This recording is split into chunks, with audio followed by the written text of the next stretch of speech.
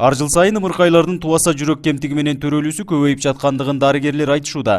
Баткен облусунда балдар кардиологу жетишсиз болгондуктан бул ооруну аныктоо үчүн Ош жана Бишкек шаарларындагы кардиология бөлүмдөрүнө жөнөтүшөт. Ал жактан такталгандан соң гана операция жолу менен айыктырууга болот экен. Туаса жүрөк кемтиги оорулары менен жаш балдар көп келип атат, көбөйүп атат азыр. Бизде эми адистер жетишпегендиктен Ошко же болбосо Бишкекке жаш балдардын кардиология бөлүмүнө жөнөтөбүз.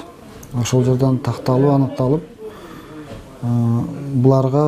булардын дарылоо жолу ушул оперативный лечениеде булагы операция кылыш керек. Клапан, искусственный клапандар орнотулат да.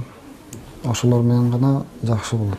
Ак калачандар бул дарттын пайда болуусуна көпчүлүк учурда болочок энелерди күнөөлөшөт. Анткени кош бойлуу мезгилинде дарыгердин көзөмөлүндө болбогондугунан бала толук кандуу жетилбей калат дешет.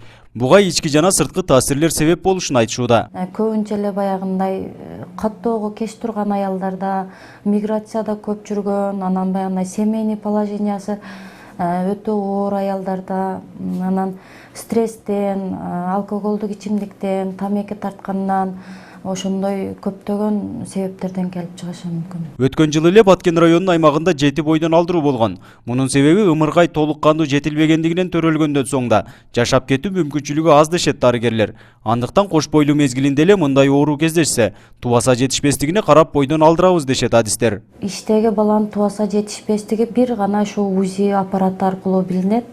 Эгерде балада өтө баягындай жизнеспособный деп коебуз, төрөлгөндөн кийин андай кемтиги болуп эме болсо, биз ага чейин эле төрөткө чейин эле жол койбой, ошо баштапкы эмесинде прерывание деп коебуз, бойдон алдырууга жөнөтүлөт. Ден соолук программасынын алкагында эне жана баланын өлүмүн кыскартууга чоң кадамдар жасалгандыгын саламаттыкты сактоо тармагынын Баткен облусу боюнча координатору Ороз Маматтемиров билдирди. Бул боюнча бардык ооруканаларга керектүү болгон медициналык аппараттар алынып, бирок аны иштетүүгө адистер жетишсиз дейт. Саламаттык сактоо системасында негизги приоритеттүү болгон ден соолук программасы бар.